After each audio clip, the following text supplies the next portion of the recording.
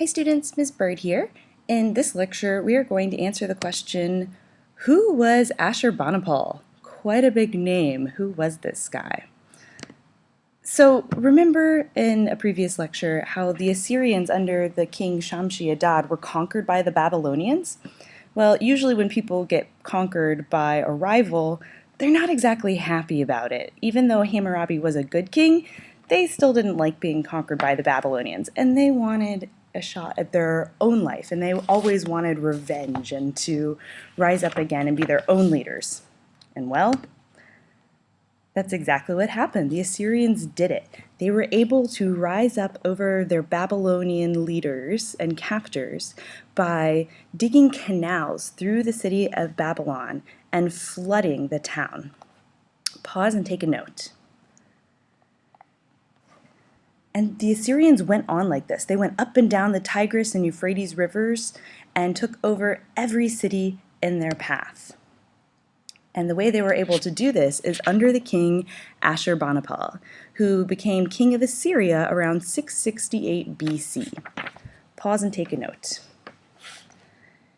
And Ashurbanipal was a very cruel and powerful king. He was so strong and tough that he actually fought lions for fun. When he was bored, he would go out on horseback and would chase a lion and shoot them down with arrows, and then he would sacrifice those lions to the gods. So you can see here there's this statue of Ashurbanipal. It's actually out in California, and he's holding a lion, showing that I am so strong, I can even take down lions. Pause and take a note.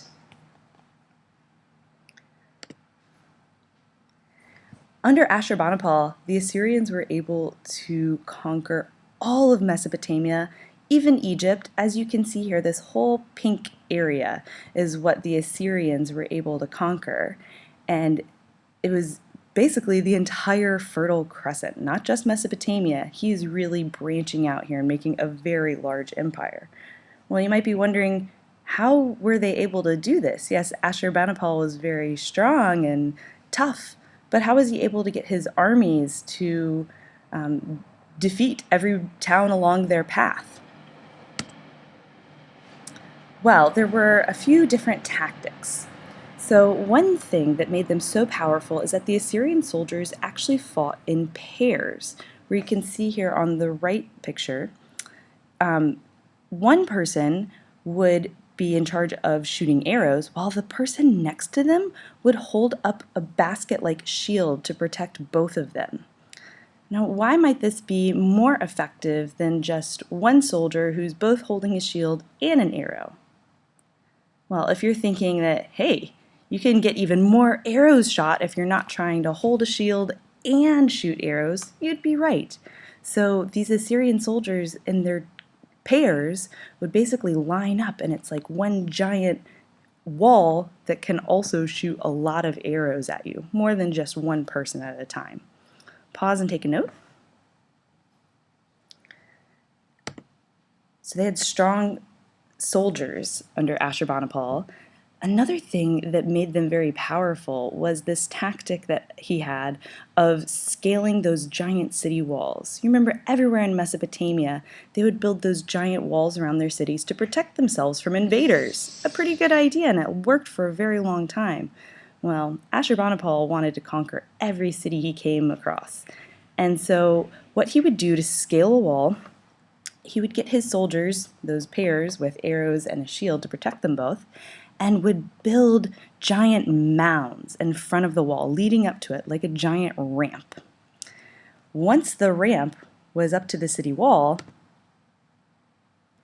they would roll a giant siege tower, which is basically just a giant wooden tower on wheels. Yes, this one is made out of Legos because there weren't cameras back then, so this is a little bit of a demonstration. But they would then take this giant tower up to the top, and as you can see, they can clearly shoot over the wall, and they could ram that tower into the wall, crumble it down, and then the Assyrian soldiers would have very easy access to the city, and pretty soon the city would fall under Ashurbanipal and his army. Ashurbanipal was a very cruel leader. He wanted to make sure that the towns he took over would have complete loyalty to him. So he would kill anybody who did not follow his every rule and every law. He would also throw salts in their crops, which kills off all their crops, as a way of saying, hey, if you don't follow me, I will wreak havoc on your life. Well, as you know, anytime you have a cruel leader, the people are not very happy about it. So while Ashurbanipal was alive, people followed him because they were terrified.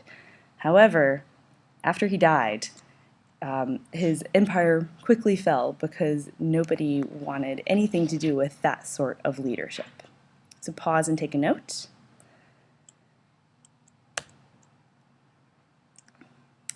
And now you know the answer of who was Ashurbanipal. See you next time.